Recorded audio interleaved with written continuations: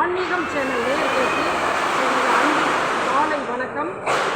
இன்றைய பதிவில் நாம் தெரிந்து கொள்ள வேண்டிய ஒரு விஷயம் என்றால், பல பேருக்கு ஒரு சந்தேகம், நானும் கோவிலுக்கு போகிறேன், இன்னும் எனக்கு எதுவுமே நடக்கவில்லையே, இன்னும் எந்த ஞானமும் வரவில்லை, எந்த பாசிட்டிவும் எனக்கு நடக்கவில்லையே, பல பேர் புலம்புவதை அடியேன் கேட்பது உண்டு. அதற்கு ஒரு விளக்கம் நான் கூறுகிறேன். இப்போது நீங்கள் ஒரு பட்டப்படிப்பு படிக்கிறீர்கள், ஒரு அண்டர் கிராஜுவேட் என்றால் அதனுடைய டியூரேஷன் காலம் 3 வருஷம், பிஜி போஸ்ட் கிராஜுவேட் என்றால் 2 ஆண்டுகள் படித்து முடிக்க வேண்டும். அதுபோலத்தான் ஆன்மீகம் என்பது.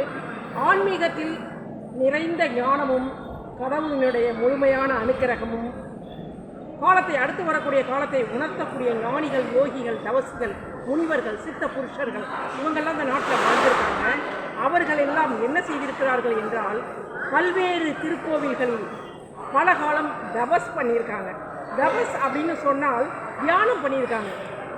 இப்போ சேஷாத்ரி மகர்ஷி, அகஸ்திய மாமுனிவர்,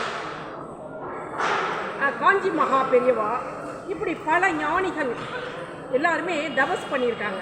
அதுபோன்று தான் நாம் பல காலம் இறைவனிடம் நாம் முறையாக பிரார்த்தனை செய்ய வேண்டும். பல காலம் ஆலயங்களுக்கு செல்ல வேண்டும், நிறைய ஜெபம் பண்ணணும். இதெல்லாம் புரிஞ்சுக்கணும். வேத பாராயணமெல்லாம் படிக்கிறவங்க அதெல்லாம் நடக்கிற இடத்துலலாம் போய் கேட்கணும். இப்படியெல்லாம் நாம் இறைவனை வணங்கும் பொழுது நமக்கு நிச்சயமாக நிறைந்த ஞானமும் அனுக்கிரகமும் பாசிட்டிவ் எனர்ஜியும் நம்மள் நாமும் ஒரு ஞானியாகவும் யோகியாகவும் நாமும் உயரலாம் என்பதை இந்த பதிவின் மூலம் நான் உணர்த்துகிறேன். ஆக இறைவனிடம் செல்கிறவர்கள் அவசரப்படக்கூடாது. நிச்சயமாக இறைவன் கொடுப்பார். அந்த காலம் வரும்பொழுது நமக்கு கண்டிப்பாக எல்லாமும் நடக்கும் என்பதை இப்பதிவில் கூறுகிறேன். நன்றி, வணக்கம்.